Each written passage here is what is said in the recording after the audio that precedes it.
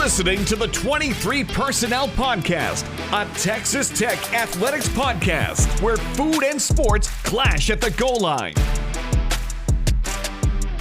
Here are your hosts, Spencer and Michael. All right, what is up, everybody? Welcome back to the episode of the 23 Personnel Podcast. I am your host, Spencer, joined by Michael. Michael, what's up, man? So, Spencer, we talked a little bit before we record, as always, and somehow I just now noticed you shaved down to just the stash. Is this any sort of coincidence? Are you part of the linebacker wrecking crew or whatever? I don't even know what they call themselves. I just made that up. Because obviously I made that up because it's terrible. So I'll let you answer. It's November, and I've shaved down to a mustache, shaved down to just a mustache for a couple years now. I was shaved this way for the instant reaction. I'm surprised you didn't notice it then. So am I. There was even a comment in the thread in the stream. So well, you look great. It's back, but yeah, no. I'm channeling my inner Jacob Rodriguez and John Curry, Ben Roberts. I think only two of them have a mustache. I know Jacob Rodriguez does. You just going around punching stuff out of people's hands at work. Just that get coffee mug. Say hello Not anymore. The ground. Say hello to the ground, coffee mug. Go find yourself a new mug. Yeah. So it's okay to have a stash. It's not a milk mustache like the commercial that they shot at the beginning of the season was, which was hilarious, by the way. Yeah, so we're going to do a final thoughts on Kansas State, the game against Kansas State. Preview the BYU Cougars, the game this weekend against the Cougars. I'm trying to decide how much I want to give. Just I feel more confident this weekend than I did last weekend. Well, okay then. I'll tell you why when we get there.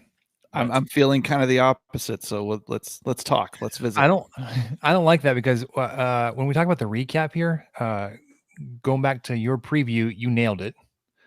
You had Texas Tech winning this one 35-21. Final score was 43-20. So you were off a scoop and score on the Texas Tech side. Yep. Essentially nailed it. Said Johnson hadn't seen a pass rush like Texas Tech's. Sacked, 2 times, but also had lots of pressure in his face. Ended up throwing 2 interceptions because of it. Hadn't seen a Jacob Rodriguez. Now, he did outrun Rodriguez for his first touchdown. Yeah, and I think he got away from him at least once more that I remember, where Rodriguez was in the backfield and had to kind of just dive at his feet. Yeah, and he said, "Ain't no curses." It's true. That's right. Broke the streak. Streak done broke. So yeah, going back to my keys of the game, I said that you had to limit turnovers with Morton returning. I think you were +4 on the game.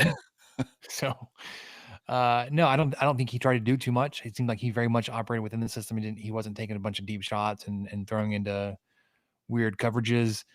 Leaning on your strong rush defense, I think you did a really good job with that. Even containing Johnson, with as much as he got away from you guys, he got away from your defense, still only had 85 rushing yards. Mm-hmm. Continue to focus on not hurting yourself with stupid penalties. You were 5 for 5 in the red zone, 3 touchdowns and 2 field goals. It didn't feel that way, but you were perfect in the red zone. You had 5 total penalties on the day. 1 was an offsetting, so that one didn't actually count against you. You had 4, but all 5 of them were on the offense. You had 3 false starts, 1 encroachment, which I thought that was a defensive penalty, but it was levied against Virgil. Yes, he lined up in the neutral zone directly in front of the referee, who apparently thought it was fine until after they snapped the ball. Oh. Yeah. And it was. I mean, it was a violation, but that's usually kind of figured out before it gets to that point. Yeah, it's almost like that issue we had with Arizona State where they had a receiver line up offsides, throw the flag, but then they picked it up. Peculiar. Strange. All right, so Big 12 players of the week. Jacob Rodriguez was your co-defensive player of the week. I think they've just gone to naming 2 players at every position now. Don't know why. I mean, Well, because J-Rod gets it every week, so they've just got to spread the love a little bit. I think somebody else. Stone Harrington, special teams player of the week, even after missing an extra point. But I think getting the loudest doink of the season kind of helped. There was a lot of positive publicity with that, or a lot of extra eyes on that. The loudest upright you probably ever heard when he hit it with the extra point attempt. Granted, I don't think the issue with that play was on him. It was a snapper than the hold. Well, it was a snap. Holder tried to do what he could, but it was all out of whack. Yeah, Jacob Rodriguez forced 2 fumbles. Had, however many tackles he had. He felt like he was all over the place. Was in position for the scoop and score. And I said so much on the instant reaction. I also sent the Twitter video that I reposted where it showed all 3 of the linebackers were there ready to scoop it up. He was there. He was probably the last one to the party, but you literally can't be everywhere all the time as much as he is. So it's okay that John Curry caught that one. And then Ben Roberts got the interception. It can't all go to Jacob Rodriguez. The Jacob Rodriguez for Heisman steam is picking up. Had I not seen a tweet earlier comparing him to Manti Te'o, I would say there's no there's no possible way that this is more than just a Tech fan circle where all the people are getting just really excited about it, but it's only Tech people. But I think it was Chuck that tweeted out and said that he's on pace or averaging better numbers than Manti Te'o did in the year that he ended up finishing second in the Heisman race. I was like, it's interesting because you're not hearing anything about Jacob Rodriguez in that sense outside of Texas Tech circles. Whereas I remember hearing nothing but Manti Te'o for so long that season. And maybe because there was just not that much competition that year. Well, who did he play for? That year, he was playing for Notre Dame. There it is. That's why. That's why we heard nothing but Manti Te'o. I believe there's some Notre Dame hate upcoming in the episode, so I can't wait to hear that. Mm-hmm. Wrapping up, I want to talk about the your defensive performance. And I want to go back to the drive chart against Kansas State.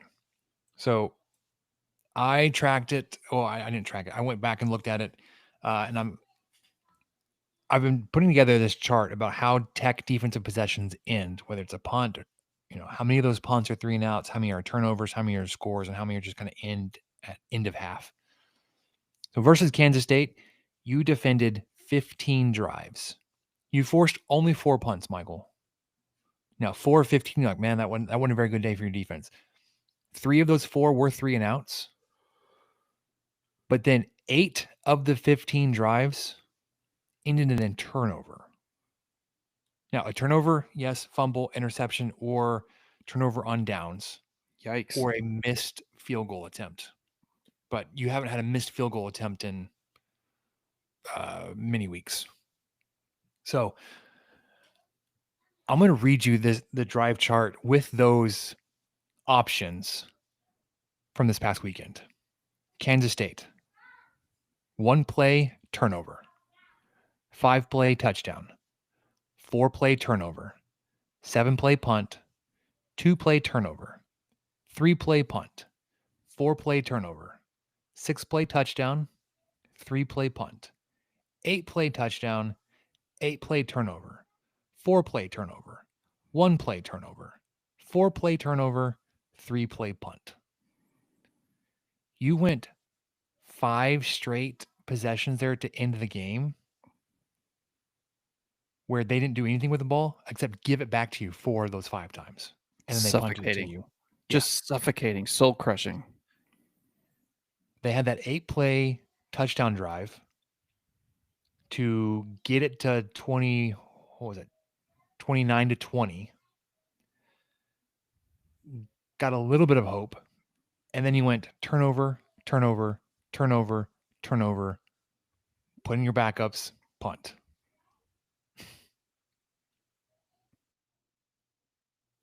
Yikes. So On the road. on the road. Which brings up another point, which I want to talk. I don't know where I want to talk about it most. I've been also tracking the your scoring splits. Wins, losses, home, road, conference wins and losses, home and road. And this is again where I want to take a lot of confidence in when we talk about BYU. But so far, because really it started off with there was a graphic that came up a couple weeks ago that said you were outscoring opponents something to something in the first quarter, and it was the first half. And it feels weird. So we talk about you've given up a lot of second half points, and it really comes from you gave up 51 second half points in your first 3 games. Which, like, how is that possible? It's because you were playing your backups for so long. You gave up 20 points in the second half to Pine Bluff. You gave up 14 points to Kent State, 17 points to Oregon State. You gave up hold on, that's not right. Because you didn't give up 34 points to Utah. Sorry. I'm looking at this and it's like it's counting. 34-10, wasn't it? Yeah, it's counting twice. Did you give up 14 points in the second or in the fourth quarter? That's probably what it was. Anyways, I think so. So was doing all this. No, I don't know. I don't think so. I don't know if we gave up 14 the first half versus Utah. I felt like it was 10-7 at halftime or something like that. It was really close. It's 34-10. So you give up no points in the second half. That's a 0. What am I doing? It's even better for your road splits there. Anyways, so I've been doing this.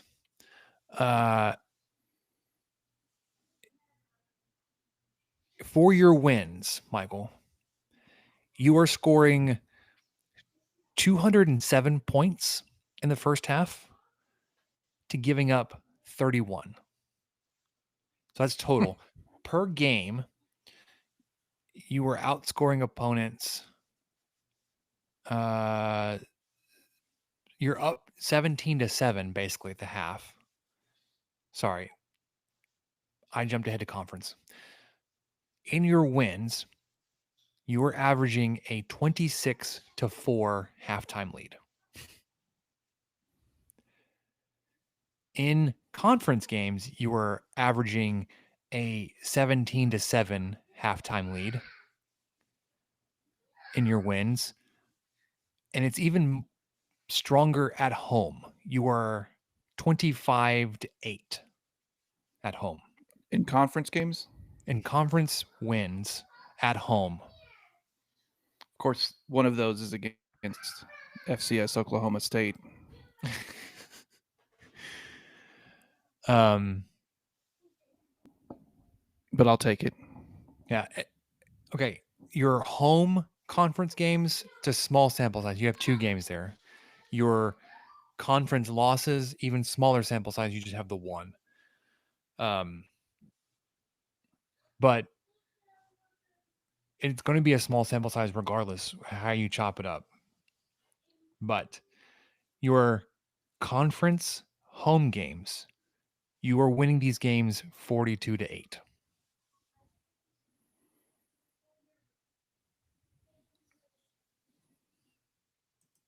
So I have a feeling this will come into play during your prediction this week. A little bit. I was trying to figure out, like, this week I was like, you know what? I'm going to do I'm going to average out what is Texas Tech score versus what does the opponent give up, and then figure out what the difference would be, and then do that for the opponent. And it came out pretty close to what some of the models were saying. I think it was let me look at it real quick. It was, let's see, Texas Tech scores about 44 points a game. BYU's defense gives up 17. So was that 27 points? I can't do the math on the fly. Essentially, it was like 30 to 20. Something like that. I'm not doing that math very well. But then I looked into it and I said, you know what? Texas Tech plays much better at home. And BYU's games, I looked at all their scoring. I didn't do like the full spreadsheet for them. It was just like I looked at their results. Their road games, much closer. Like they're obviously they've won every game this season, but their splits they're winning close games on the road, whereas they're blowing people out at home. So keep that in your mind when we get there. Anything else for Kansas State? I don't think so, man. I was just, I feel like I had a coworker and a friend tell me today at work that the same thing that I think you said, the same thing that I've heard other people say, and even the same thing McGuire said to an extent was Texas Tech out Kansas State, which is to me a huge compliment. Yeah, and I just had to throw that out there one last time into the ether because that is something that I've seen that program, what they've been able to do in the last 20 years.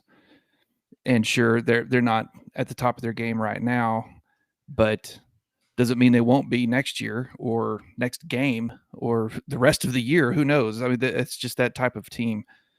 So I take that as a huge compliment, and I was glad to get that win this week, and in the way that Tech got it, where they just, it was close until it wasn't, like we said. So that's pretty much it. It still feels good. I'm still riding the high. Of course, it's Monday, so it's only 2 days removed. But I'm there, man. Let's talk some Cougs. Not quite yet. We're gonna do the wrap up from what was the week of. We talked about the Big 12 They game. always forget that. The only game we couldn't give a wrap up on Saturday night was Cincinnati at Utah. It was close when we were recording. Yeah. Did not end close. Utah ran away with it, 45-14. Whew. Utah. Yeah, they're they're kicking themselves, man. They are dying to get back to Arlington, and good for them. Let's do it. Let's do it again. Fine by me. I don't know, man.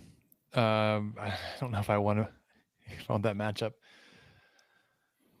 But I'm not sure who else. Don't care what you want, because it would be Cincinnati, but Cincinnati's now have a long way to go. You're gonna have they match up with BYU, so whoever loses that one's gonna have another conference loss. Yeah, there's too many what ifs right now. My brain hurts. I'm not saying you can't run through it, but I mentally can't. I don't know how to figure out the algorithm of the possible scenarios. There's just too many. There's too many. Yeah, I did see a situation where, like, I actually can't remember all the specifics, but basically, like, there was a scenario that played out. I think even if Texas Tech won out, that they would, or if they lost this weekend, even with a same record as like a Utah and a head-to-head win, with the way the tiebreaker rules set up, Utah would get the nod into the conference championship game over you because of some other percentage they go to, and again, it's not head-to-head because it's like a three-way tie or something. So the other games from this weekend, big noon, Penn State at Ohio State. Ohio State was a 21-point favorite. They won by 24. Golf clap. Yep. Game day was in Salt Lake for the Cincinnati matchup. Yeah.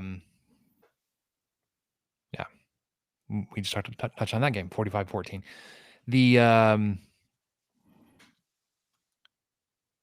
did write this out loud now, and it's going to include more than just Power 4 because there was another coaching change this weekend at Auburn. Hugh Freeze was fired. So just to set the table and to prepare everybody as for the coaching carousel silly season that's going to happen upon us soon, the domino effect once people get hired and who they hire to come with them, who gets hired to replace them, and all the rosters that'll get shaken, not stirred. Arkansas, Auburn, Colorado State, Florida, LSU, Oklahoma State, Oregon State, Penn State, Stanford, Virginia Tech, UAB, UCLA are all currently operating without a head coach. And that's not to say anything about the teams that are on the verge of firing their coaches. Correct. And I think that is carousel. Are there enough seats on a carousel? Do we need to expand this to, not coaching carousel, but coaching parade, homecoming parade? I don't know. I mean, I think maybe they need some floats. It's going to be like enough wheels to move these guys around. It's like a full on like cakewalk. Ooh, yeah. But like hot, not hot potato. What is the name of that game? The floor is lava. Not floor is lava. Where they take away one seat, like one fewer seat than the people that are in the game. Musical chairs. Musical chairs. It's gonna be like that, but like with an entire just throng of people. Gonna have this whole circle because it's gonna be like, well, Lane Kiffin was our number one guy, and he's either gonna stay at Ole Miss or he's gonna go to somebody, and then of course who he turns down. Well, he wasn't actually their number one shot, or nobody will claim to have gone after Lane Kiffin and not gotten him. But if he gets hired to say LSU or Florida, then I Ole just Miss still is can't backfill. Yeah, I just still can't get over the fact that you couldn't remember the name of the game where there's music and chairs. Yeah, it's great. It's good. All right. Before we get to the preview, Michael, let's get to the AP Top 25 rankings update because there was a shakeup there. Texas Tech moves up, and the Coaches Bowl both came out with new sets of rankings, and your Red Raiders receiving some more respect. They are. I'm trying not to buy into the conspiracy that it's just so that ESPN can set this up as a top 10 matchup. But fine, I'll take it. No, Texas Tech jumped from 13 to number 9. BYU jumped from 10 to 8. And when we talked on Saturday, there were, let's see, who was it? Georgia Tech, Miami. Who was the third top 10 team, or the third team above Tech that lost? Dang it. Vanderbilt. Yeah, so Vandy. Those 3 teams lost, and we thought, okay, well, obviously Tech will move up those 3 places. Kind of just everybody will shuffle up. Oh, not so fast. Yes, BYU moved up 3 places, but for those of you who do quick math at home, Texas Tech moved up 4, and that is because Texas Tech got to leapfrog Notre Dame. Notre Dame was ranked just in front of Tech prior to this poll. They were number 12 last week. Tech was 13. Tech jumped them with a much more impressive win because Notre Dame managed to beat 1-7 Boston College 25-10. Wow. Really, really impressive win by the Golden Domers. It's an inspiring performance. Inspiring, but inspiring enough to keep them in the top 10. So they just continue to climb because of how good they are, not because of their quality losses, not because their only good win is a 34-24 win versus USC, who is also 6-2, just like Notre Dame. Not because they trounced 1-7 Boston College, or lost to Miami, or or lost by 1 to Texas A&M at home. But this is who belongs in the top 10, obviously. Anyway, they have. Sorry, I should get back to Tech and the Big 12, but really quick, I've got to keep rolling on my Notre Dame hate. They do have a 7-1 Navy team coming up. Navy just lost their first game to North Texas last week. They then go to Pitt, who is 7-2. That could be a little sneaky, but then they finish the year versus 3-6 Syracuse and 3-6 Stanford. So, what a resume. But Texas Tech, back to the Big 12. Again, number 9 team in the country, previously 13 in the AP poll. Utah is 17 now. They were 24 after they throttled Cincinnati at home. Cincy somehow, and grateful to you, voters, stuck around in the poll another week. They're currently number 25 after dropping 8 spots to 17. Houston, it was a quick trip, but they were 22 last week. They're now out after their loss to West Virginia. And then receiving votes in the AP is Houston getting a few votes there, in Arizona State. Coaches poll, very similar. I'll just run through it. BYU 8, they climb up from 10. Texas Tech 9, they climb up from 13. Cincinnati 25, they were previously 16. Houston's out, they were 22. And Utah climbed up from 24 to 19. Receiving votes there is Houston and Arizona State as well, and also TCU, because coaches don't forget about bye weeks. TCU was on a bye week, and the AP was like, who? I never heard of them. But coaches are thinking, well, sometimes good teams don't play every week, which we'll get to that later. Ooh, a lot of bye weeks this week, I think. Definitely in the Big 12. The other thing, the CFP rankings. It is finally that time of the year. I cannot believe it is the 3rd of December. So yeah, tomorrow. Yep, tomorrow night.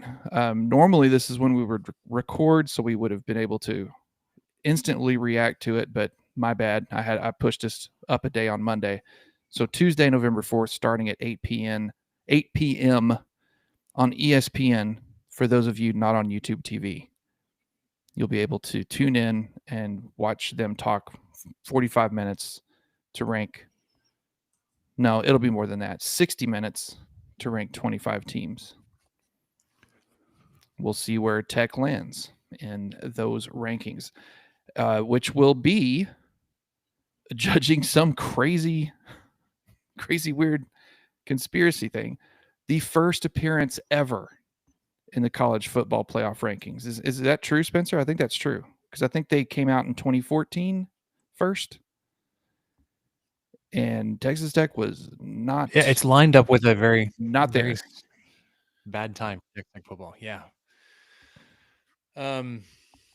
Sorry, I was looking around, and I don't know why I got distracted and sidetracked by looking at transfer quarterback options. Because you're a sicko. It's great. You go right ahead. I tell you, I want to see this guy do well, but I don't see the team do poorly enough that their poor head coach gets fired and he enters the market. Or maybe he does well enough, he gets hired somewhere else. But I was looking eastward to our, I wouldn't call them brethren, but the NC State Wolfpack. Oh, kindred spirits. 5-4, 8th in the ACC. with a remaining schedule that is rife with opportunity to lose. They did just beat Georgia Tech, but they've got Miami, Florida State, North Carolina.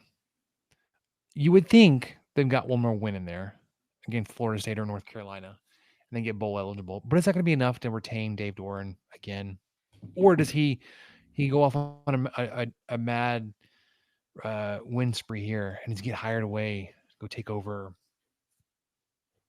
Arkansas or Florida when they're down to their third or fourth option? And does he take CJ Bailey with him? Have you seen this kid play, Michael? I have not. I have not seen Bailey. Starting quarterback.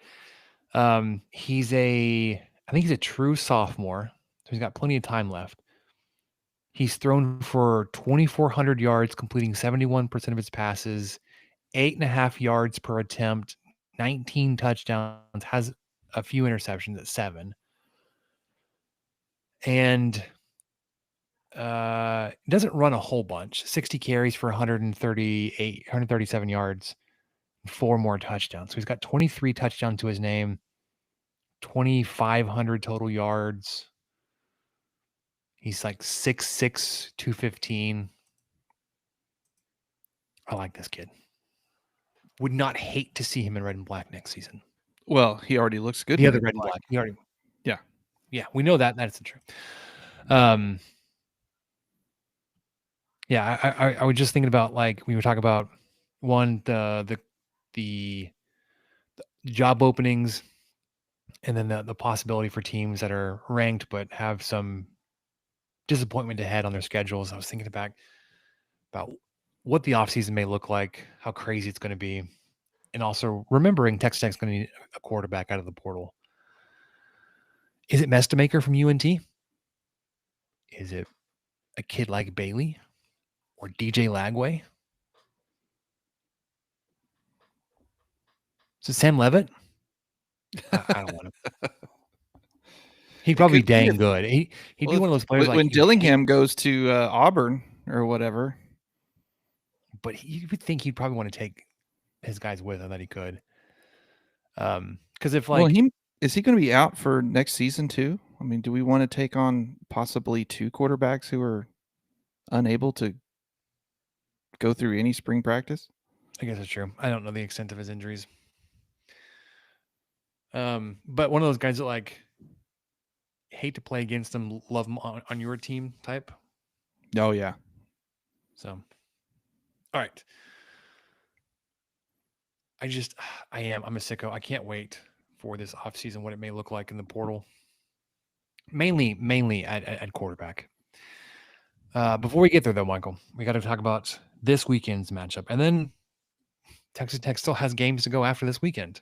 Mm-hmm. You've played 9, got 3 left in the regular season, including one this weekend versus undefeated BYU, 8-0 so far this season. 11 a.m. kickoff on ABC. Mighty fine weather and Lubbock, high of 81 this fine day.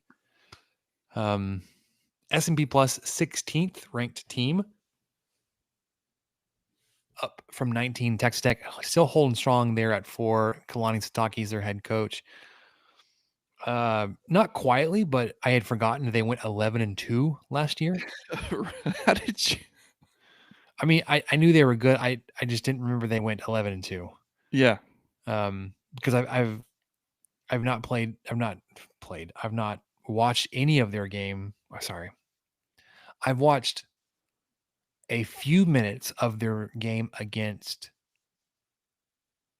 West Virginia this year. Besides that, I've not watched very much of any of their games. And I would have remembered more about this. But last year, 11-2, they beat Southern Illinois at SMU. I remember that game kind of announcing their arrival, like, hey, they may actually be pretty good. At Wyoming, that I think we all kind of discounted. It's not the same Wyoming team that Texas Tech had to play. Kansas State, at Baylor, Arizona, Oklahoma State, at UCF, at Utah, Houston. And they beat Colorado, a conference foe, in the Alamo Bowl. Obviously, they hadn't played them that season. And then lost in the midst of, like, I think they went 8-0 or 9-0 to start the season. Then they lost at home to Kansas last year. Yeah, that dinged them really hard. And then at Arizona State. They're back-to-back losses. Losing at Arizona State, that's not like, that's understandable. Yeah, especially last year. But losing at And home this year, and don't forget this year. It's understandable. Yeah. But losing at home to Kansas after going 8-0 or 9-0, whenever they started their season. Now, 8-0 this year, defeated Portland State, Stanford, at East Carolina, at Colorado, home versus West Virginia, at Arizona, home versus Utah, at Iowa State. The biggest disparity here would be their I mean, it's a big it's a 14-point win at Iowa State. I talked about their home and away splits. Home versus Portland State, FCS 69-0. Home versus Stanford 27-3. At East Carolina 34-13. But then at Colorado, you know they're not a good squad this year. And maybe they caught them at a bad time because Colorado was still in it, where they were still mentally engaged at this point. But they won that game 24-21. Home versus West Virginia, they beat them by 14. At Arizona, Michael, you just notated, it's a double overtime. They beat them by 6. Home versus Utah, we know the defense there at Utah. They beat them by 3. And then at Iowa State, I know they had to have some special teams and defensive scoring here, but they beat them by 14. So they're not really, I mean, as good as they are, you have to admit an 8-0 team is good. You look at their schedule, they played Utah and Iowa State would be up there. Arizona kind of up there. But their conference schedule, again, outside of Utah, they haven't really played the toughest teams in the conference. And have not done, they haven't been super impressive. If I'm just to find some, maybe I'm projecting here. I'm looking for something here, but like I look at those games individually, and there's not something that tells me this team is unstoppable. So far in the season, Texas Tech has committed 62 penalties, which is tied for 105th in the country. It's 6.9 per game. BYU at 62nd in the country. They've committed 53 penalties, but they've played one fewer game. So they are committing penalties at a 6.6 per game clip, 0.3 fewer than Texas Tech, and they're 62nd in the country. That's not that big of a difference. Now it's 9 total penalties, but they've, like I said, played one fewer game than Texas Tech. So you're actually not that far away from really making up a lot of ground here if you can continue to limit those penalties. Offensively for the Cougars, they're 25th S&P plus offense going up against the Texas Tech number 8 defense. Again, for Texas Tech holding strong there at 8. Offensive coordinator Aaron Roderick. I was looking at their coaching staff, Michael, and I don't know if anybody else besides me knows who Harvey Unga is, and he's their running backs coach. But at a time when I was introduced to paying attention to BYU football, this was the time when I was I was serving on my mission, and I was around a lot of lifelong BYU fans, and I was with a big BYU football fan. He just gushed about their running back that season and the year before, Harvey Unga. I was like, whatever, dude. I looked it up. So he played in like 1 or 2 games in 2006, redshirted, but then he was 7, 8, and 9 were his main years for them. Essentially, he played full-time starting running back snaps, but with the body of a fullback. Michael, this dude in his playing days was 6 foot 240, and it was a stout 240. Like, think every much lower half thickness of like a rugby player. That's probably like the best way to describe him. But I believe he's still their BYU's career rushing leader. He did it in 3 years. put up almost 3,500 rushing yards, 36 touchdowns, and added more than 1,200 receiving yards. So as a player, dude was just a beast. And he was like, I think you could probably technically call him a fullback, but he was their starting running back for 3 years. Unbelievable. Anyways, he's the running backs coach now. We look up some Harvey Unga highlights, 2007, 2008, 2009. Unbelievable. On the field, led by quarterback Bear Bachmeier. I think everybody is familiar with him and everything that went down with Jake Retzlaff this summer, then kind of pushing Bachmeier into the starting role. Surprising here about what they've done this season. Again, I think this is an opportunity where there's some paper tigerness in this BYU team. And again, maybe I'm just looking for something, but like typically there's a coming down moment for a freshman, and it would typically happen on the road, but he's completing just under 63% of his passes, just a hair shy of 1,700 total passing yards, 11 touchdowns, and 3 interceptions. On the ground, they are led by LJ Martin. I think a lot of Red Raider fans will be familiar with that name. He was committed to Texas Tech for a while, then decommitted and flipped to BYU. He's been their leading rusher for past couple of years. So far this season, 132 carries, almost 800 yards, right at 6 yards per carry and 5 touchdowns. He did go down in the first half of the game against Iowa State. Not officially questionable, but is questionable for this game. There was an update today that he's been practicing, but he and then their star linebacker Jack Kelly, both. It was a positive update in the sense that they weren't already considered out for this weekend's game versus Texas Tech. From that perspective, if it's like it's good that they're not considered out by Monday, that it may be a long shot that either one of these guys plays or both of them play. But Coach Satake said it was going to be, they're going to see how he or how they progress this week, whether or not LJ Martin or Jack Kelly play this weekend. Bachmeier is second on the team in attempts and yards on the ground. He's got 94 carries for 408 yards, almost 4.5 yards per carry, and 9 more touchdowns on the ground. So he's got 20 total touchdowns and 2,100 yards. But if it's not LJ Martin, running back, what's going to be either Preston Rex or Enoch. And I don't know how to pronounce this. I don't know if I believe it's Navahina. Preston Rex or Enoch Navahina would be their likely other running backs to kind of rotate in there. Even if Martin is available, you probably see more of those guys than likely in another week. Through the air, they're led by a couple of receivers, Chase Roberts and Parker Kingston, that get the lion's share of the work. 32 receptions for Roberts, 34 for Kingston.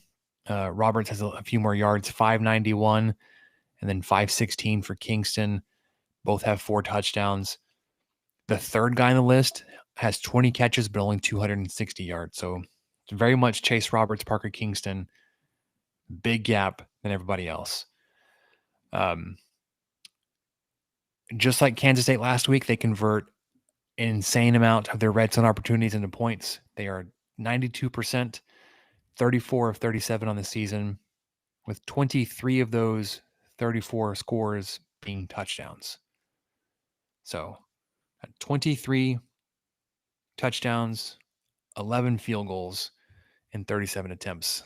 Only allowed 9 sacks. Again, I think that goes back to they've got a decent offensive line, or good offensive line, but also a very mobile quarterback. Mm-hmm. Now, unlike Kansas State last week, they have faced a similar defense in Texas Tech, somewhat, in that they've already faced Utah. But it's not the same.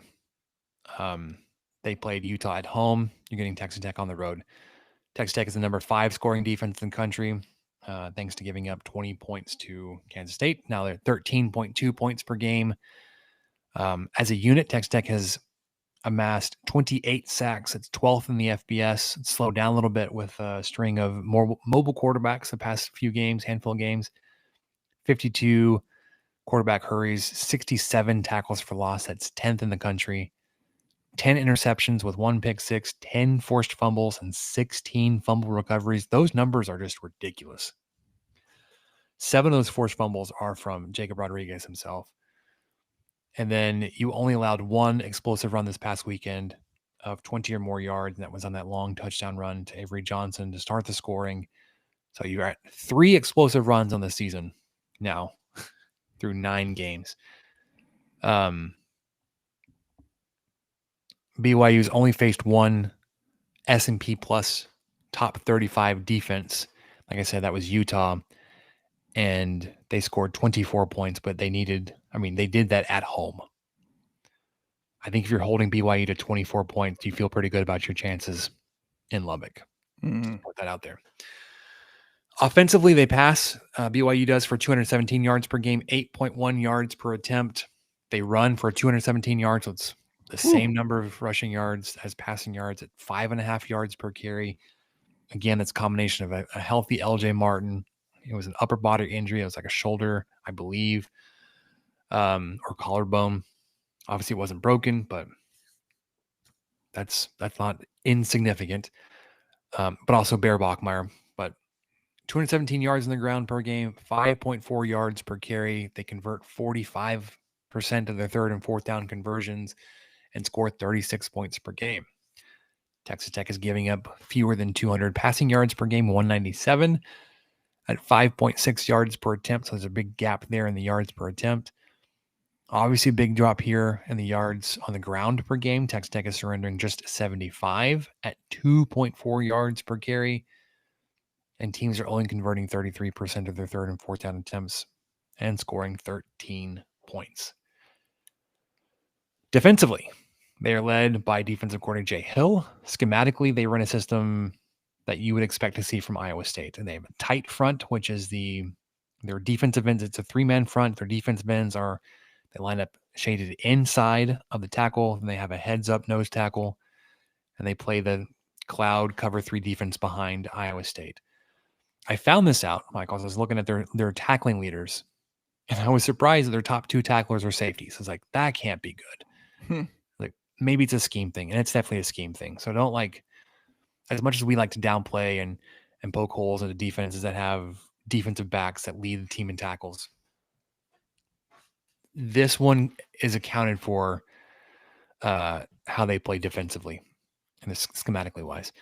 They're not great at getting pressure on the quarterback. They've got 17 total sacks on the season. Texas Tech has 28.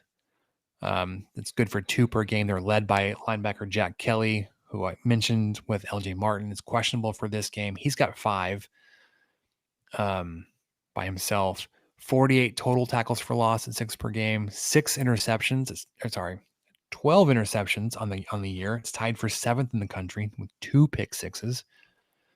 One of those being like extremely short. Like, as much as John Curry had to run on the fumble recovery for a touchdown, to basically how far one of their pick sixes had to go. Maybe 10 yards. But 25 passes batted down, and 26 quarterback hurries, 4 forced fumbles, and 4 fumble recoveries. So basically all the numbers I just read to you about their defense, the sacks, tackles for loss, besides the interceptions, but the passes defended and fumbles, all of those numbers are essentially identical to the Kansas State defense you just saw. They are led defensively and tackles by a safety, Faletau Satuala. Nailed it. I think that's it. And Tanner Wall. Satuala. I'm probably putting the wrong emphasis there. Satwala? I don't know. I don't either. Sorry, guy. We're not trying to be jerks. We just don't know. I'm not doing it intentionally. Nope. West Texas here. He's got 53 tackles. I don't want to Yeah. act like I'm doing this on purpose. And then Tanner Wall, the other safety, second on the team, he's got 38. So big, again, very much seems like the defense funnels guys to this one safety. But then Tanner Wall, the other guy, is getting quite a bit of the other what's left. And then Jack Kelly, their leading sack getter, is third on the team in tackles with 35. Offensively for Texas Tech, number 4 scoring offense in country, almost 44 points per game. The highest rated offense that BYU would have faced would have been 19th for Utah, and they held them to 21 points. But again, it was at home. Texas Tech, like I said, number 4 scoring offense, number 9 S&P plus offense. Baron Morton completing just about 68% of his passes for 1,750 yards. Passing wise, that's on par with, if not ahead of Bachmeier. Yeah, Bachmeier is completing 62% of his passes for just under 1,700 yards. Oh, and remember, Barrett Morton has played in 2 complete games this season. Right. One of them was last week. Yeah, just last week. Played in his only his second complete game. The first one was against Houston. 9.5 yards per attempt, 14 yards per completion, 15 touchdowns, 4 interceptions. Led on the ground by Cam Dickey. He's got 134 carries for 746 yards. So as much as we like, he and LJ Martin are basically identical. Dickey's got 134 carries. LJ Martin's got 132. Martin leads him in yards. He's got 789. Dickey's got 746. There's a 40-yard difference. And I will caveat or say that it's like Martin's done that in 8 games. Dickey's done that in 9. So per game average, obviously Martin's ahead of him. And in total numbers there, but it's not a huge disparity. We're talking about, his leading rusher has got 789 yards. Well, Texas Tech leading rusher has 746. And then Jacoby Williams, 92 carries. Those numbers surprised me how high they were. Excuse me, that your starting running backs, Cam Dick and Jacoby Williams, have combined for 230 carries and almost 1,300 rushing yards. Yeah, and Williams was banged up for a couple of games too. Yeah. They're both averaging more than 5.5 yards per carry. Dickey's got 10 touchdowns. Williams has 5. LJ Martin's got 5 rushing touchdowns. Your leading receiver in terms of receptions is CD, and yards, he's got 594. It's just it's right at 14.5 yards per catch, 4 touchdowns. Aiken, I don't want to tear him down, but there was a stat I saw that since the Kansas game, I think he's been targeted 5 or 6 times, only has 1 catch for 5 yards in that span. And then of course we've talked about his special teams. Yes, he had that big return against Arizona State, but he also had more than 1 dropped punt, muffed punt. But 35 catches on the season for Aiken, 460 yards and 4 touchdowns. TC finally got back into the game. 27 catches for 378 yards, 14 yards per catch and 5 touchdowns. Virgil, 37 catches, 435 yards, 5 touchdowns. And Jacoby Williams has 21 catches and another 300 total yards to add offensively through the air. So Texas Tech as a team putting up 295 yards through the air at 8.5 yards per attempt. That is almost 100 yards more than BYU's putting up in the air at a half yard more per attempt. Texas Tech is rushing the ball 198 yards per game at 5.1 yards per carry. BYU is out rushing you by 20 total yards and 0.3 yards per carry. You are converting 49.3% of your third and fourth down attempts and scoring almost 44 points per game. Defensively, BYU is giving up 189 yards through the year at 6.2 yards per attempt. You give up more total yards, but at fewer yards per attempt than they do. They allow teams to rush for 129 yards per game at 3.8 yards per carry. That is more than 50 yards more than Texas Tech and almost 1.5 yards more per carry than your rush defense allows. Both teams are holding opponents to 33.1% of third and fourth down conversions, and teams are scoring 17 points against BYU. So, one of the models we like is the CFB graphs matchup. This has a win probability percentage north of 60% for your Red Raiders and a projected margin of 5.7 points. Texas Tech wins this one 26.65 to 20.95. Last week, they had Texas Tech winning that game 28 to 20.5. So you had a scoop and score there, and then a late turnover and touchdown there. Otherwise, that would have been right on. I talked about home road splits for Texas Tech, and kind of not hinted at it, but I did talk about what that looks like for BYU. But Texas Tech in conference games at home, they're scoring 24.5 points in the first half, another 17.5 points in the second half, only allowing 8.5 points in the first half, and that's in the second quarter. You gave up your first quarter touchdown all season this past weekend. You had gone so long. I can't remember exactly when. I think it was Arizona State was the team to score first against you in the first half or first quarter.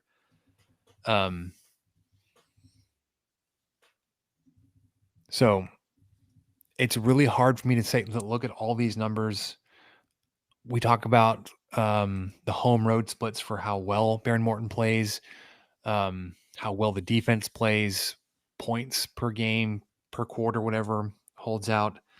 I also think a true freshman on the road in an environment such as Lubbock can really play into your favor against your defense.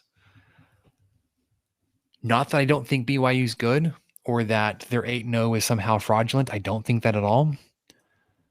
But I do think that, this was an 8.5 point line when it opened. It's 10.5 points. I think Texas Tech gets this by double figures. Whoo. When I did the math, but when I was talking about doing the what does Texas Tech score averaged out versus what the opponent gives up. I mean, let's see. They score 43.6. BYU gives up 17. That's a difference of 26.6 points. So if you do that math, this would say just averaging this out, Texas Tech scores 30 points. Okay. This is even without considering home and away. BYU scores 36.6 points per game, whereas Texas Tech is giving up 13.2. This would say that BYU scores 25. So it would be a 30 to 25 game. I just think that the way your defense plays and how well your team, both defense and offensively, play so much better at home, you will get the best out of BYU, out of this game, and you will beat them by 2 scores. Wow. I am not as optimistic. So back earlier, I didn't interrupt you because I wanted to save it for this section. You were kind of taking the other side of, look how close these games have been for BYU. They've just barely eked these things out. And my version of that is, Well, does that mean that BYU is just barely eking it out, or they're kind of dictating how the game's going to go, and they're going to play you close? And even that one game we mentioned, the 41-27 win in Ames, I think 2 of those touchdowns came in the last handful of minutes, and you mentioned them, but it was really close up until then. So I don't know. I don't know if BYU is kind of dictating this, if it's somehow in their cards to play games close, whether they should be or not. Whether you're playing Iowa State close in Ames or Colorado, who's had a rough year, close at home there. Playing West Virginia pretty close for the majority of it. So it is. And then, same token, playing close against a Utah team that's only got 2 losses on the year and is really good at football. So that's what worries me a little bit. I think they have the ability to kind of dictate the game a little bit. They do have a balanced offense. It couldn't be much more balanced, at least by yards. 217 passing, 217 rushing every game. If you're rushing over 200 and something yards a game, I'm going to be paying attention to that. But that balanced offense could take a hit if they need to lean more on Bachmeier, either using his feet or through the air with Martin out. But they have capable receivers. So I feel like if you're averaging 217 yards passing per game, and you've got these guys that are getting 19 yards per catch, then the secondary is as good as they've been in spurts. They have shown to struggle and just flat out lose guys. The Kansas game especially is one that I'm thinking of, and Arizona State here and there. So they may be able to exploit that. And I'm with you. This is a true freshman quarterback. He has to have some sort of missteps, right? Right? I have not sat here and watched every BYU game, but the kid's doing great. I think every week someone thinks, he's going to have a bad game. What does he have? Three interceptions on the year? He's thrown 201 passes, and 3 of them have gone to the wrong team. Wow. That's pretty salty. So, but maybe this is it. Maybe this is the week that he gets some trouble. He's like you said, he's got a front 7 that's going to be hunting him. Some talented DBs that can cut off some passing lanes if they see where he's heading with the ball. Maybe he gets his 4th and 5th interception this week, something like that. But all that to say, I am nervous about this one. 10.5 points is a lot to cover. I'm still going to pick Texas Tech to win because I do think they are the better team, but I think it's a lot closer than that 10.5 points. I've got something like 31-27, man. And I think we're just going to be gnashing our teeth. Man. I know, but I just think we're going to be gnashing our teeth through the whole thing and just hating it and just feeling like we need to throw up or something. But I just think they're going to play Texas Tech close because they've played everybody close so far. So with some statistical basis and where I'm coming from, if LJ Martin plays, I would assume he's going to be somewhat limited, and he's a big part of their offense being balanced. If they go without him and they are unbalanced, can Bachmeier make up with his feet? For stretches, maybe. But we saw he and Avery Johnson are putting up very similar numbers. And when everything was coming down to it had to be Johnson, it wore him out. You got the better of him. Then you rolled up on him. That was it. And that was against a seasoned veteran quarterback at home. Can Bachmeier go toe-to-toe with your offense if he has to air it out against this defense? Are they going to have enough time? He's shown to be mobile. The offensive line have shown to protect decently well. And yes, not against these guys yet, but I just think there's a way to attack this offense or this defense, and they have the tools to do it. I just don't know. I do think Martin's a big red card there. If they can get the rushing game going and take a little bit of pressure off Bachmeier, then they're really going to be in position to do something crazy and go 9-0. But that's I still think Tech's going to get them. It's just we're not going to like it. It's just going to be uncomfortable the whole game. And that's where I'm most confident in is like you're going up against a freshman quarterback where like everybody talks about this about like you're on the road or whatever, you're going into a tough environment. You have to settle yourself in. You got to get the running game going. Texas Tech's defense is built on stopping the run. That is their strength. 75 yards a game, less than 2.5 yards per carry.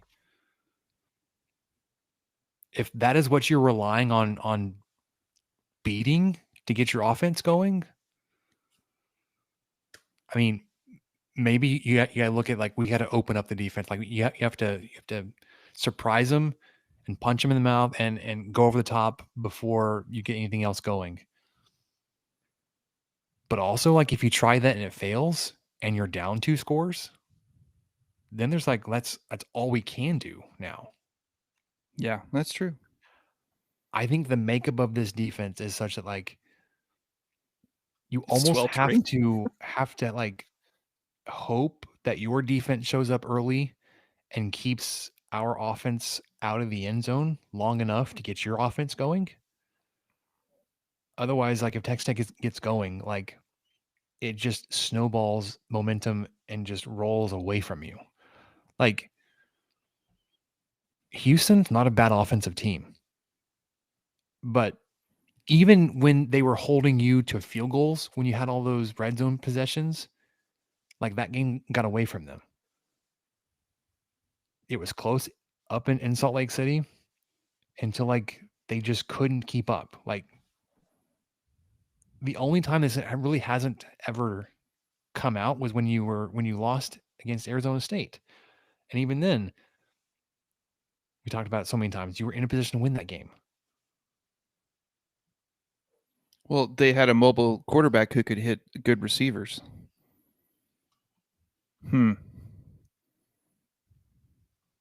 So with decent protection. I think looking at and seeing so many similarities between Kansas State and BYU with what they do and how they're successful and what their teams are built upon, and then seeing what you were able to do with that once you were established on the road, I think playing at home in front of a juiced crowd, it's not going to take as long to get control of this game as you've seen it take other games. You had the scare, I guess, against Kansas there in the second quarter. But, I mean, you look at every other home game, it was never in question. Except for the second quarter against Kansas. By the way, the Dallas Cowboy game just went final, and I'm watching ABC or KMAC. I should be appropriately local. And their top story tonight is all of the tents outside of Jones AT&T Stadium right now, and more kids keep showing up. I loved how somebody was trying to say like, there's nothing better to do in Lubbock than to go camp out for a game for a week. I was like, well, there has been for the last 17 years. Like, you want that to be a shot, but it's legitimately a top 10 matchup against teams that are combined 17-1 on the season. Like, that's just not the flex you think it is. And no, there probably isn't a whole lot else going on. But what else do you want there to be going on in the middle of the first week of November? Well, I mean, I guess you could settle for Texas Tech playing number 328 Lindenwood. Guess you could go do that instead on Tuesday. And I'm sure if you've already got your tent set up, you can just go check out the Red Raiders and come back to your tent. It'll be all nice and cold waiting for you. Yeah. The 1-0 basketball team will probably be out there Wednesday or Thursday delivering pizzas. And then also saying, "Hey, come out on Friday, come watch us play again." Yeah, there are kids out there camping right now that were 2 years old the last time kids were out there camping. So it's fine. I'm not worried about it. Also, like I've partaken in Raiderville. I've camped out at games. That's where I asked my wife to marry me. We were in a tent at Raiderville. She said yes. Congratulations. That's so cool. The game did not go well. This was like that 2010, 2011 game against Texas. Whatever it was. Let's see. We got married in 2010 or 11, so it was 2010 Texas Tech football. Let's see what that Tommy Tuberville 24-14. Texas won that one. So I proposed the night that Tech beat OU the year after that. In Norman, it was the big lightning delay game. Oh yeah, it's a good game. It was a good game. And I thought, Tech's going to lose this. I might as well propose tonight. There you go. Anyways, the good thing is it got delayed and I got to watch it. It worked out. I also saw this BYU fan, and it very well done. He was trying to start like the hate week stuff, and he tweeted out like, "Get ready, Red Raider fans about to get roasted." And he said Lubbock has the city of Lubbock has the worst drainage, and everybody's like, the playas. Like, but we got the playas. Yeah. Everybody in Lubbock, if you see something, spelled PLAYAS. So if we go to some high class bar establishment in Vegas, we'll ask where the Playas Club is. And they'll be like, "Do you mean the Playas Club?" And we're like, "No, I don't know what that means." The Playas Club. Where are my people? Where are the West Texas people that have to create holes in the ground to hold the water when it rains? Yeah, I have my buddy, Dr. Aceman, said that he's got some friends coming to town that are BYU fans, and I think he's bringing his son and stuff. And he said, "Man, I think the Jones will be welcoming. I hope they are." And I said, I think so. I'm optimistic about it. 1, it's 11 a.m. 2, it's BYU. 3, they're really good. I mean, and I don't think people are talking trash about Tech from BYU. Not to an extent that you see with some of these other rivalries, but yeah, I think it'll be a good welcome. There's a recipe for oh my gosh, I just blanked on hospitality. There it is. There's a recipe for hospitality this weekend versus this team and these fans at this kickoff time. Look at this. I just saw this tweet. Going back to Tech to finish up my degree, Justin Stockton. Hey, man, I feel like he could have been used better in the offense that he played in. Great player. Michael, you mentioned, we'll talk about it in a second. Big 12 basketball started. Oh, TCU basketball tipped off tonight.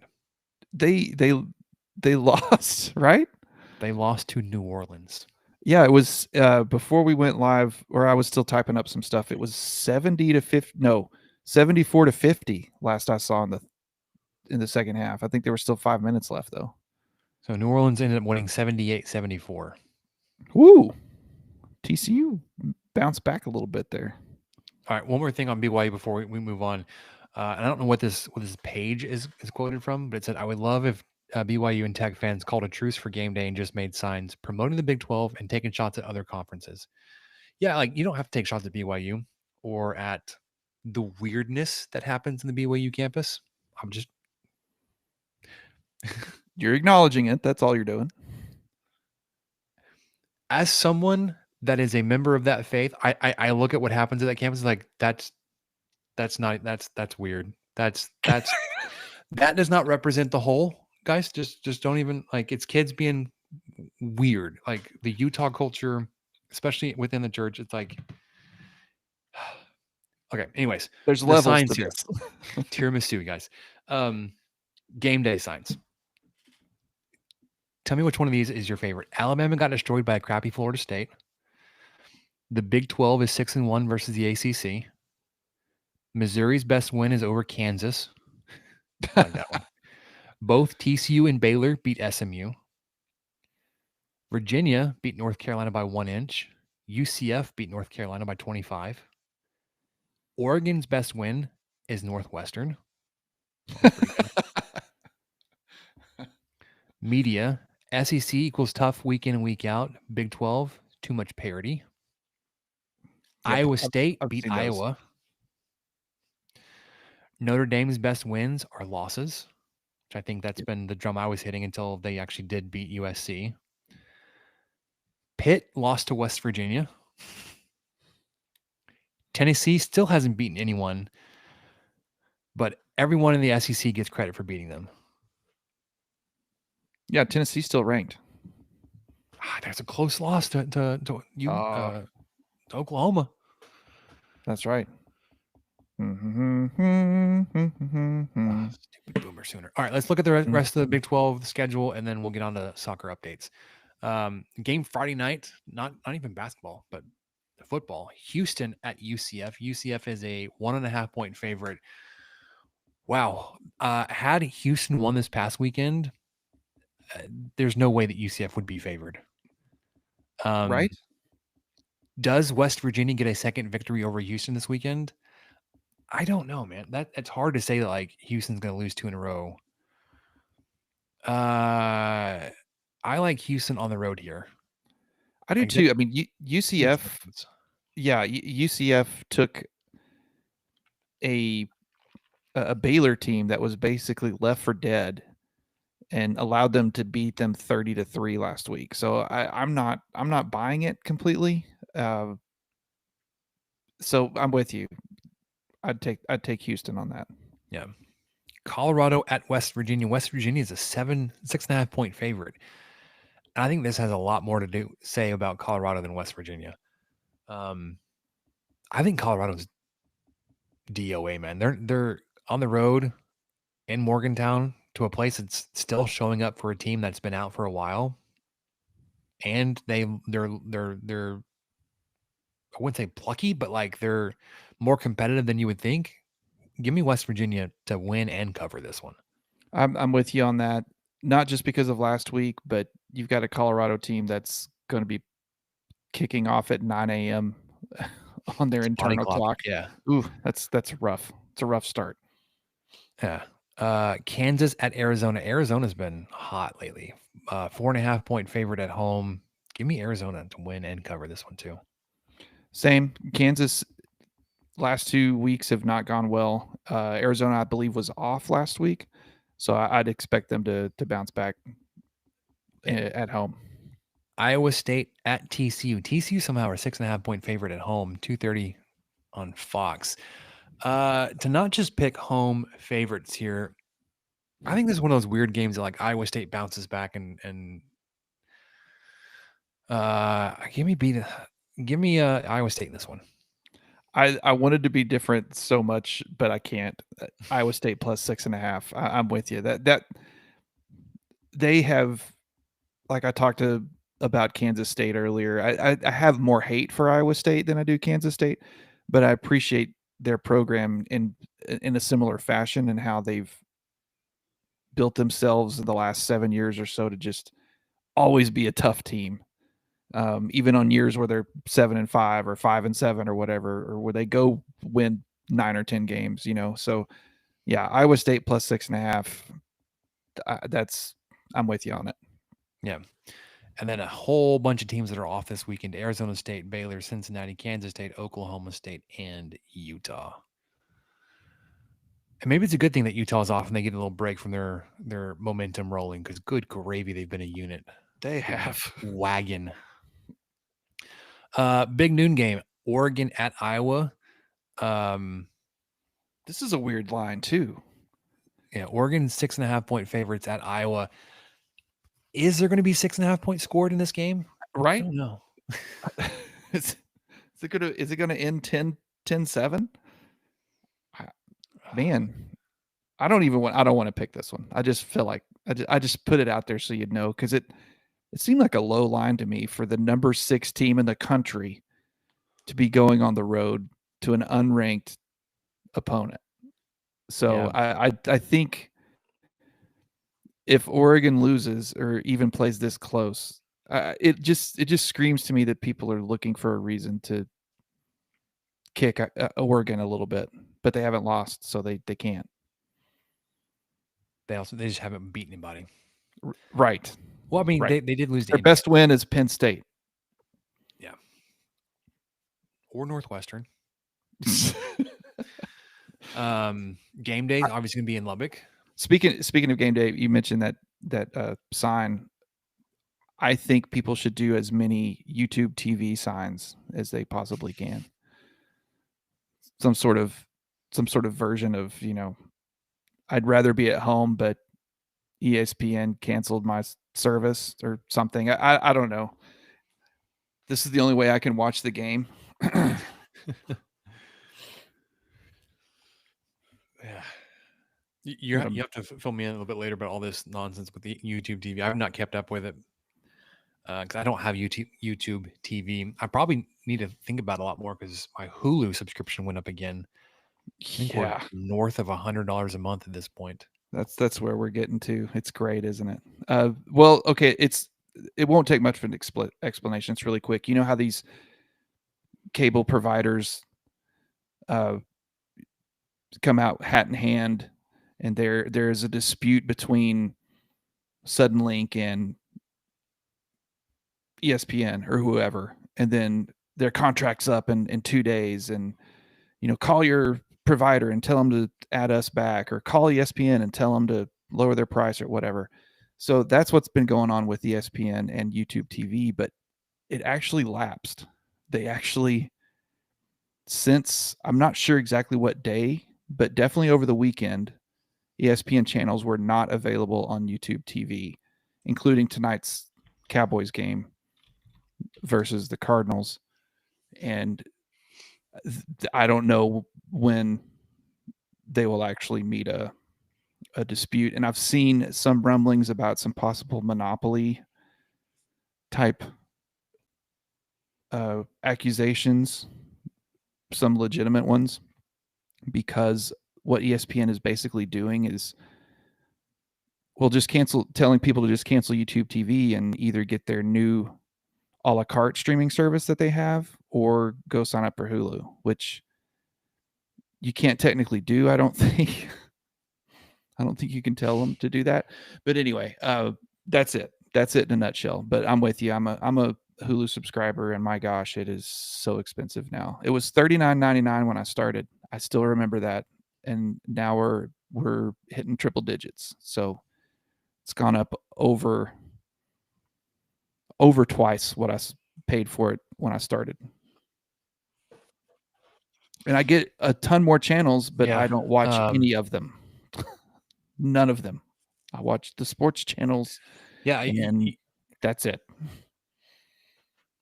Yeah, we have the live package, and we have to get whatever package it has that has all the sports, which ironically didn't need this season because Texas Tech has played on broadcast channels for every game, or ESPN3, or sorry, Plus, which you get with your bundle with ESPN. So yeah, paying $105, whatever it is a month for Hulu Live with all the other, with the package that we had to get last season. Yeah. I want to thank Joey McGuire and the boosters for having the team be so relevant this year, but also like, you're costing me money. I don't need the big streaming package to get your games anymore because you're good. Yeah, this is great. I've just got an antenna. I can watch Texas Tech football. Yeah. Anyways, all right. Number 3, A&M at number 19, Missouri. Missouri going to be without their starting quarterback for the rest of the year. A&M definitely look pretty good. 7.5 points on the road. I think they can probably cover this one. And I hate to say it, but give me A&M. Yeah, same. The Aggies look. I'm catching myself rooting for them a little bit. I really like their coach. I like that they hired a guy that Texas A&M would never typically hire. And I thought that when they hired him, I thought, this could really work anywhere else. I bet he would be great anywhere else, but I don't know if he'll be allowed enough leeway and enough time in College Station. He didn't need much time, turns out, and they look good. And they're coming off a bye week too, I think. So yeah, Which is kind of funny because they administration tried to hire Stoops, right? Mark Stoops. I think and so. They had that big revolt and like, we were just kidding. We weren't going to hire Stoops. We're going to hire this. This is a soft launch, a flaccid launch, if you will. Mike Elko. Is that anyone? Yeah. Wrong Mike. We're hiring him. We're hiring him. But yeah. All right. 7-1 Navy at number 10 Notre Dame. Notre Dame's a 25.5 point favorite. Trap game. Absolute trap game. To cover that one for sure. I think so too. That'll be at 6:30 p.m. on NBC/Peacock. Yep. And then next week, kind of it. Yeah, next week's game versus UCF, 2:30 p.m. kickoff on Fox. So you'll get Jason Benetti. What is his name? I don't know. And RG3. You get him 3 times so far. But I actually don't mind RG3. He's got the weird 2 sexual comments that he makes. But from his perspective as a former quarterback, especially within the Big 12, his analysis, especially of quarterback play, I think is up there with anybody else. I get the hate, but I'm not part of it. There's stuff he does that annoys me, but I'm with you. I think he's got a lot more. And that's just people's personality. There's stuff I do that I'm sure annoys people that listen to me ramble every week. So it's got to be give and take. But with him, yeah, I don't get too worked up about it. I feel like he does. He has way more to add than what makes me go, oh, come on. But there are a few of those times. But a lot of the times I'm laughing like, oh, come on, RG3. What was that? Do you really just say that? Yeah. It's not like be professional. Why aren't you no, it's more like, what? That's how we're going to break? Okay. Yeah. Sure. So it is Jason Benetti. I think he's good. What throws me off is he, like, visually, he reminds me so much of the guy that we rented a house from in Hobbs. I was like, oh, there's that guy. Then I wouldn't use his name here, but I tell Samantha all the time, oh, look, that there's insert the name of the guy that we rented a house from. And she's like, is that really him? I was like, no, it's not him. It just looks like him. So yeah, weird connection there. It looks like a guy that lived in Hobbs, New Mexico. Anyways, he probably gets that all the time. I'm not sure he can carry on a conversation about sports, so I don't know where there would be anybody who would come up to him and talk to him like, hey, you know who you look like? Jason Benetti. Oh yeah, I get that. Fox commentator. Anyways, all right, that's what we got for college football this week. What you got for soccer, Michael? Soccer. Okay, I'll be quick. The Red Raiders did win their final. No, they didn't. Sorry. They tied. It was a draw with their final Big 12 game last Thursday versus UCF. That was here at home. It was 0-0. Neither team was able to net a goal despite Texas Tech getting really aggressive, especially in the second half. Just could not put one through. UCF's goalkeeper was as advertised. Very, very effective. Anyway, so because Texas Tech had a draw on their last game, and I think the other three teams that were in contention for first, second, and third, that I think they all won. I think everything we wanted to happen last week didn't happen for Texas Tech to end up in first place. So they ended up in fourth, which means that when the Big 12 tournament started, that was today, that was this morning, Monday morning, they played 5 seed Baylor at 11:30. Regulation ended at 1-1. It was another draw, but since it's a tournament, you got to keep going. So they did 2 extra overtimes. They did 10-minute overtimes. No goals were netted in those periods either. The first goal, started off with really, really great start. Sam Courtright scored on an assist from, you'll never guess who, but it was Macy Blackburn. And that was, I think, 4 or 5 minutes into the match. So vibes were feeling pretty good off the bat, up 1-0 with, 86 minutes left to play. But Baylor did come back and tie it up. That was Blackburn's 12th assist on the season, which ties her for first place with Allie Murphy. So she's up there. I knew she was knocking on the door on that record, and she has now tied it. And Texas Tech should get to continue to play. Oops, spoiler alert. So Texas Tech lost today. I learned this. I should have put this in what we learned, but it doesn't count as a loss in the record, in the win column. So it's still Texas Tech is officially 13-2-4. They were 13-2-3 coming into today's game. So it's counted as a draw, but since it went to penalty kicks, Baylor did get the win and they get to advance. So there were 9 rounds of penalty kicks. I wish I could have seen this today. Work was a nightmare during that time, so I was not able to tune in at all. But Baylor won 7-6 on their penalty kicks. So really, really tough, tightly fought game, and Baylor gets to continue. But the season's not over for Texas Tech. They are still coming into this game, at least by Top Draw Soccer's rankings. They were number 12 in the country, and Baylor was number 16. So they lost to a quote unquote quality opponent that hopefully shouldn't bounce them around too much in the standings. But we'll see where they land next week. So NCAA tourney selection is next Monday, the 10th of November. So hopefully we'll have an update for you when we record on Tuesday. See where the Red Raiders land.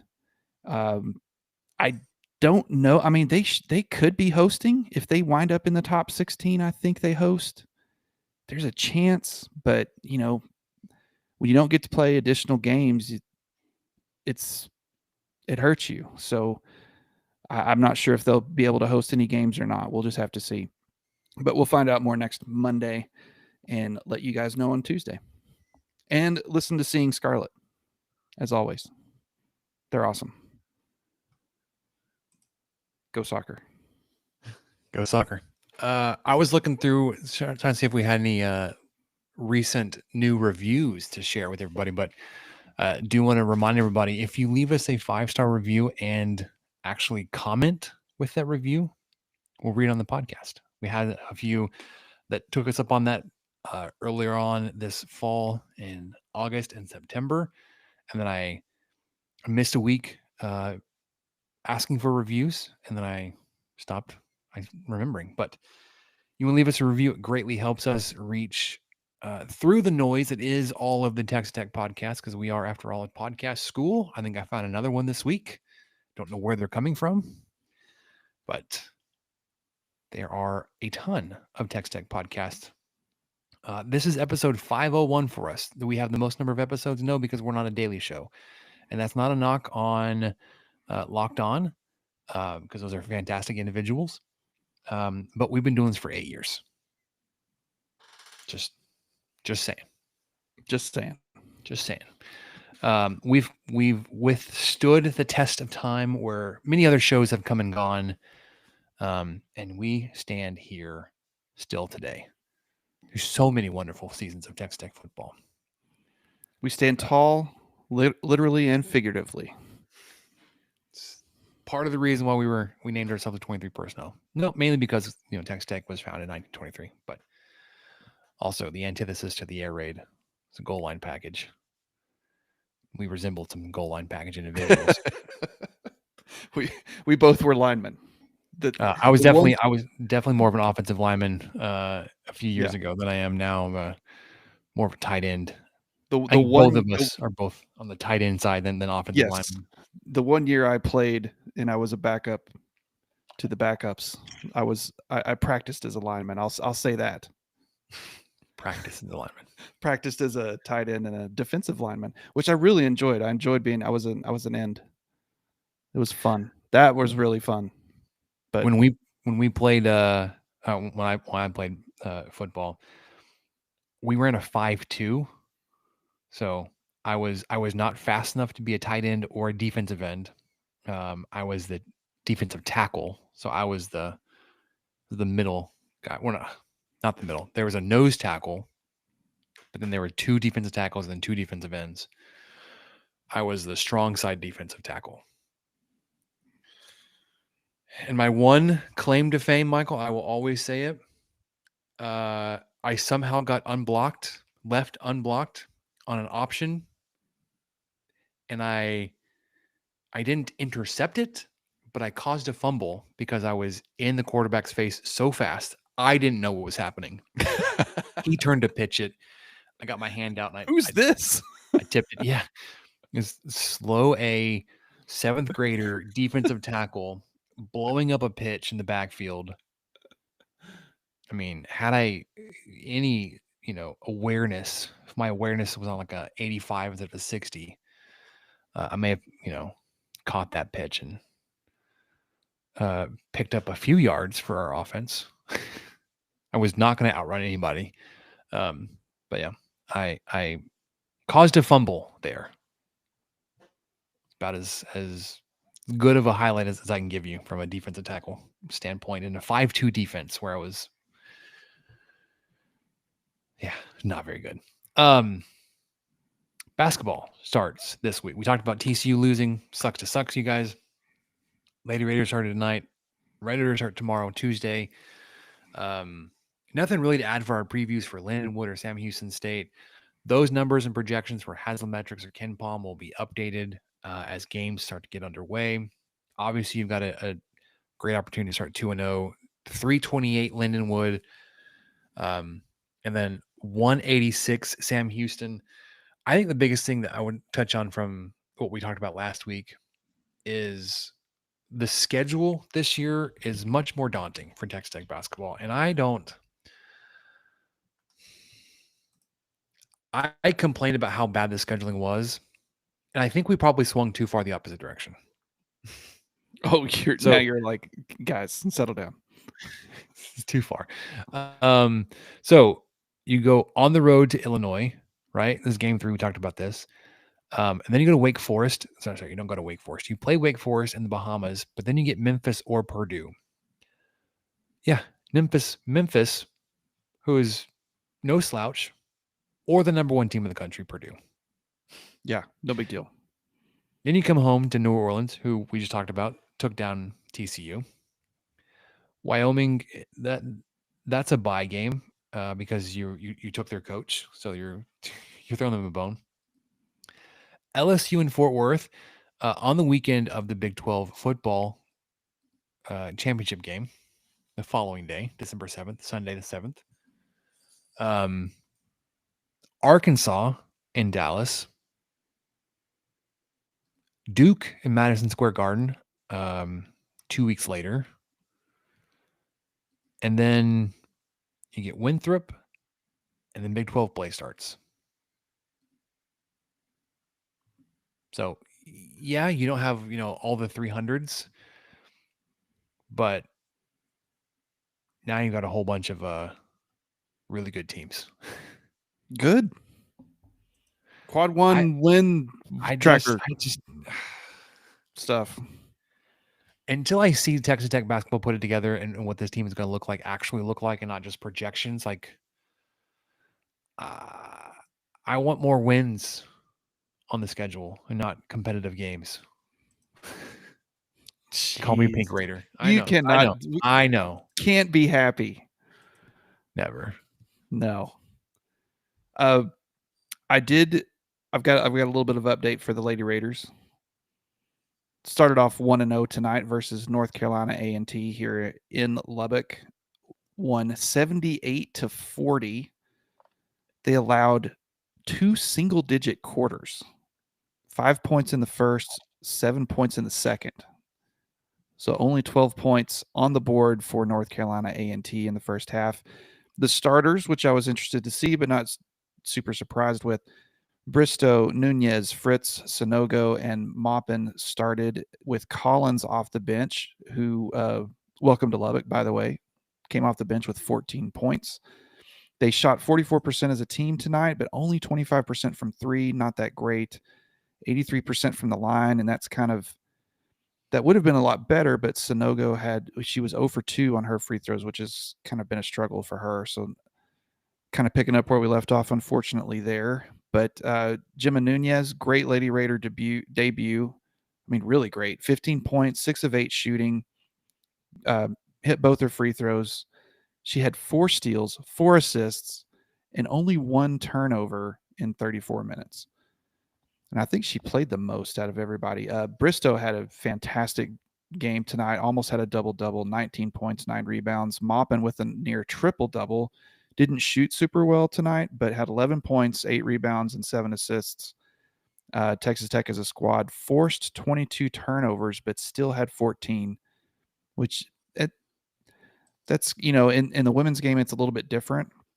14 is probably pretty decent, but definitely would like to see that go down, especially in a game where you almost win by 40. So they will play UTSA. The next 3 games actually will be here in Lubbock. UTSA is November 6th. That's this Thursday at 6 p.m. Texas State this Sunday, November 9th at 2 p.m. And then SMU comes to town, and I hope to get to that one. We've just been really busy lately with everything. So hopefully we'll get there next Thursday, 6 p.m., the 13th, and all of those games are on ESPN+. Yeah. Let's wrap this up with what we learned, Michael. Okay. You got it. All right. What did we learn? I don't have anything to add right now. I was waiting for I didn't know if you were going to do the drop. With the board being out of commission, I'll just skip right over. Oh, good. I'm glad. Screw that board. Thing is the worst. It's a really expensive worst board. Oh my gosh. Well, actually, it's really great.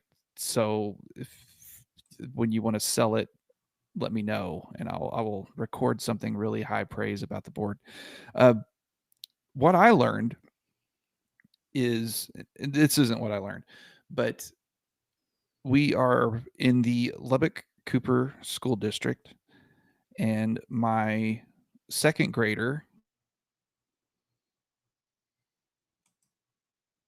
Lady Pirate Pal, which means you get paired with a varsity player at the high school, and you get to go to a cool event, which we got to go to last week.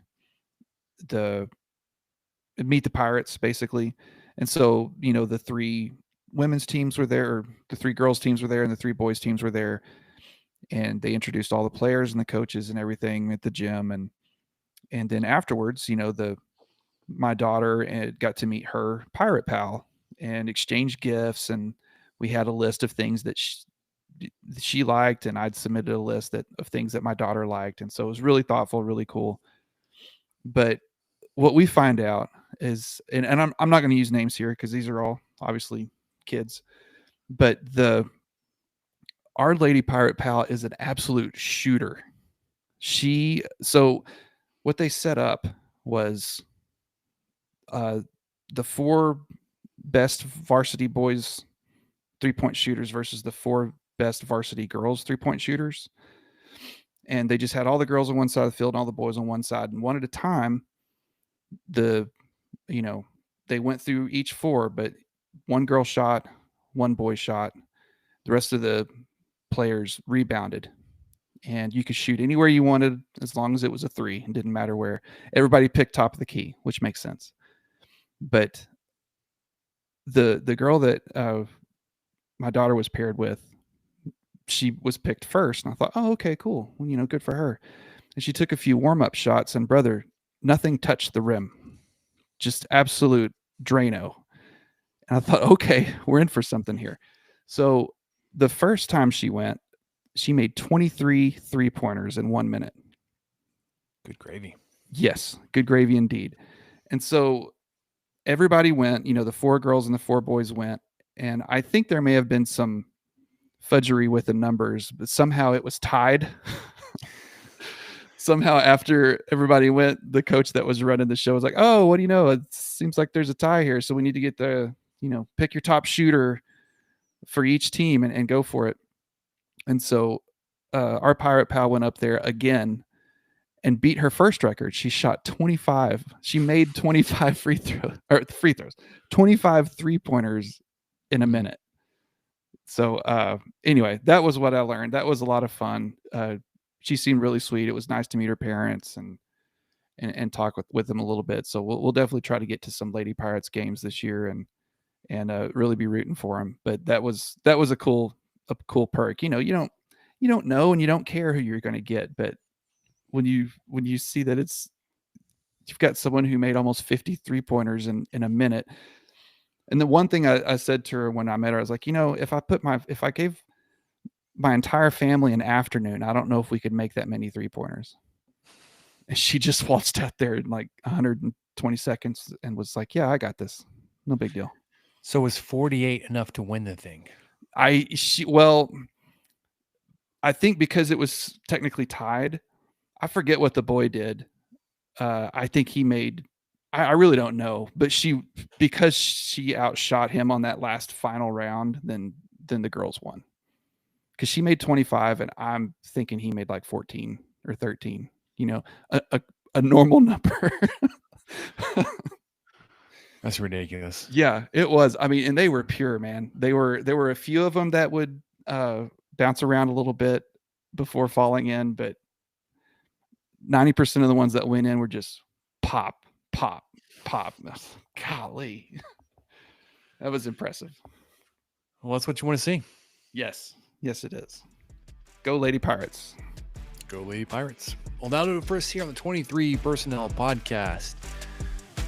Giving you the final wrap-up on the Kansas State victory preview for BYU. Michael and I both have Texas Tech winning. Split on how that comes to be, but if you see anything, go with Michael's prediction. I'm just here to set him up. We'll be back with instant reaction this weekend. For Michael, I'm Spencer. Catch you guys next time. Thank you for listening to the 23 Personnel Podcast. Help us out by subscribing, rating the show, and leaving a review. Follow us on Twitter at 23 Personnel, Spencer at Punt Suck, and Michael at Michael_LBK. Be sure to catch the next episode. And until then, guns up and let the tortillas fly.